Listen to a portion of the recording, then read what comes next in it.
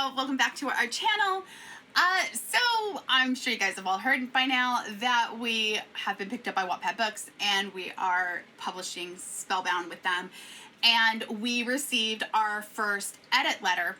And we promised we'd take you guys along with us on this journey and kind of explain things to you as we're learning a lot of things as well.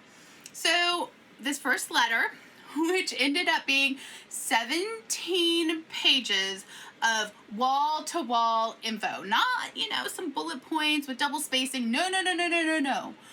Wall-to-wall info. A lot to take in. This letter is what is called a content edit.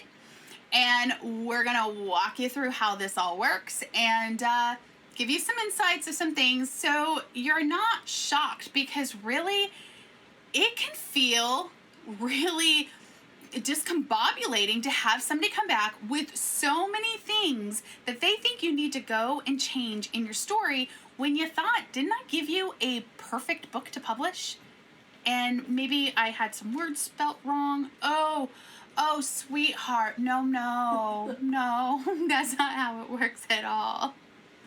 No, there are things wrong with your book that you never would have even thought of. You can't take it personally. And I'm going to say that as the one who took it personally. I'll be honest. I had minor meltdown.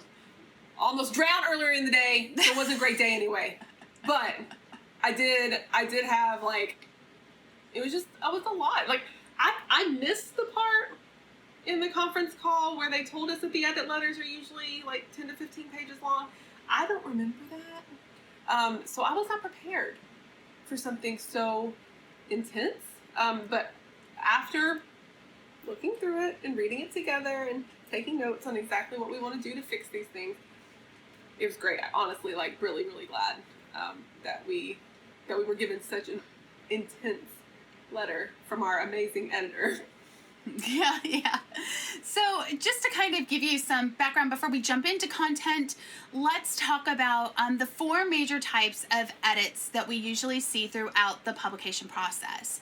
So the first one is content, which we're going to get into, but the next one is line edits. And if you don't know what line edits are, they are a structural edit focusing on the flow of ideas, the transition elements, tone, and style of the story. So it really ends up, those line edits end up really being, once you have it all packed together as a firm story, now we're kind of looking at what we're going to take away or switch out so it's not so wordy anymore.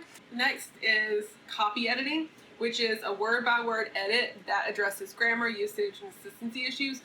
I really believe that this will be an easy edit for us because we are so anal about our words and punctuation being right and all that. And that I do think will be a much easier pill to swallow than the content editing was. So that's a plus. And then lastly is what I think most people think editing is, which is proofreading. Proofreading is not editing. Proofreading is just the final glance over, looking for the typos, making sure the periods are there before we move on and it gets put on the press and there's nothing you can do about it anymore. Yeah. All of that, what is content editing then? Content editing is the deepest one, I think. Because it's focusing on not your style, not the way you worded something, not the flow of ideas. It is the plot, the story, the little ins and outs of the way things work, especially if you have a magic system, which is something we need to work on. The timeline of things happening, characterization, plot, story structure, presentation, pacing, all of that, marketability, all of that is part of the content edit. Once you know that and once you understand that, makes a lot of sense. So in the content editing, we're basically making sure that all of our whys and hows are answered. There are no plot holes. There are no questions to be asked. Everything's got an explanation. And most importantly, that our main character's voice is heard throughout the book. Here's some ideas from our edit letter that we're taking away that we think will really help you to improve your story before it ever gets picked up for publishing.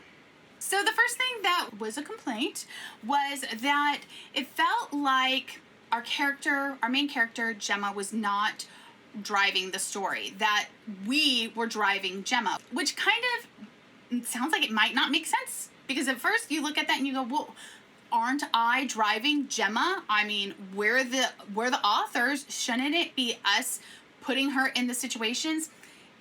Well, yeah, technically, but we don't want the reader to feel like it's us pushing her. We want it to feel like Gemma is moving on her own. That that's part of grabbing the reader and bringing them into the story, is that character is moving along through everything at their own pace that makes sense. The second thing, and this is something that neither of us ever even thought of, never even crossed our minds, and definitely not something that we would have done on purpose, but it's a problem. You need to make sure you have good representation. We were conscious of having different types of people. We have some different ethnicities in there, some different sexual orientations in there, but we didn't realize we only had one good female character. One, and it was Gemma. That hurt to realize that we did that and didn't even mean to. As strong females, what we want to, give to the world. And so we never would have thought of that if they had pointed it out. So we're thankful for that as well. The next point, it took a moment. It was definitely a moment to swallow your pride and really look at this objectively instead of, as parents of a book. I guess that's the best way to put it. All right, so we have a character that is dead, that plays a big part in Gemma receiving the hotel. We basically gave this explanation in the narrative that Gemma and her aunt were really, really close, but we never get to see that. And Hazel, her aunt, plays such a big role in the story. And so we had to decide between, for us, what we consider the worst of two evils. Do we do a moment where we go back and we flashback and show Gemma and Hazel together and how tight-knit they are? Or do we do a prologue? We're going to write a prologue, and it was definitely a moment where I thought, I think we're going to snap as a writing duo. Like, this is so bad. This is like the worst thing they could have ever told us. We're going to write a prologue. We're already plotting our, jumping off the bridge, no more writing ever again. We hate prologue. And I would say if we could have gotten this into the story in a natural way that didn't stop it, then fine. We would. But that's what we've always talked about the prologue. Prologue is not necessary if we could get that information inside the book. We've written the whole book, and we couldn't find a way to convey that closeness without really showing it, and that's going to telling it's not enough. Yeah, telling it's not enough. So. Not in this situation, unfortunately. So excited to write that prologue. Yay! If you have any kind of magic in your book, any kind of lore, you need to make sure that's tight. And this is something we knew that we had to work on. This is not a surprise. We know we had to work on our magic and making sure that it's all very tight. And we're not going to tell you our plan, so don't even try to get any spoilers out of us. Not happening. But just be aware that if you do have that sort of thing in your book, you really want to make sure that it's tight and clean. This is not a surprise either. This was not a surprise. We knew. Yeah. We had already been called out on it. Thanks Tom and Nick at Wattpad. We already knew it was a problem, so this was not surprising. And it deals with our antagonist, Raven, and the frequency in which she was in the story. You cannot bring your antagonist truly in at the end. There is no building of stakes when you do that. They don't feel like such a threat. They're going to come in, they're going to be defeated, and everybody's going to live happily ever after. So what we need to do is bring them in throughout the story so that they are causing a ruckus and upping the stakes all the time. So all that to say, we have to throw in a positive that we were given, and this is a positive we are proud of, considering we are paranormal romance writers. We write hella good sex scenes, and our romance is on point. Our editor said so. So that we're really not touching that. It's really more of the plot that's driving that romance that we're needing to fix. Yeah.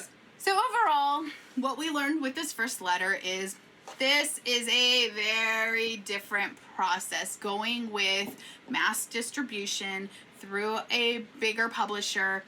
When we published Edge of the Veil, we had some really tiny content edits. I mean, really tiny, was not a big deal. So if you are choosing to go with the small ebook publisher, which there are many out there, and I know people on Wattpad are getting picked up by those smaller publishers all the time, this might not totally apply to you because they might not bring in a heavy content reader like Wattpad Books has for us.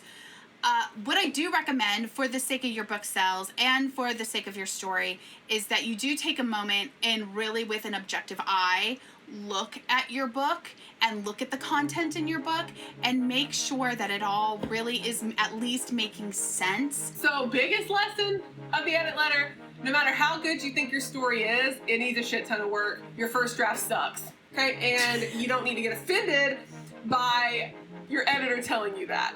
Your concept is good. You've been picked up because of your concept of the story is good. It looks unique, it looks marketable, and that's what they were all about. So we have a marketable story. Yeah. Just the flow of the story and some of the content in there needs some work. If you want to read Spellbound for free while you still can, head on over to our Wattpad at Crystal and Felicity. We'd love to see your comments. And if you have any ideas that you see, you're like, hey, that didn't work right, because we know. If you have any ideas, feel free to leave them in the comments. Yeah, you get to be in. We're giving you free reign. Go on, be a little negative. Why not? If you enjoyed this video, make sure to give it a thumbs up, subscribe, turn on the notification bell so you never miss a Friday upload. And as always, write what you love.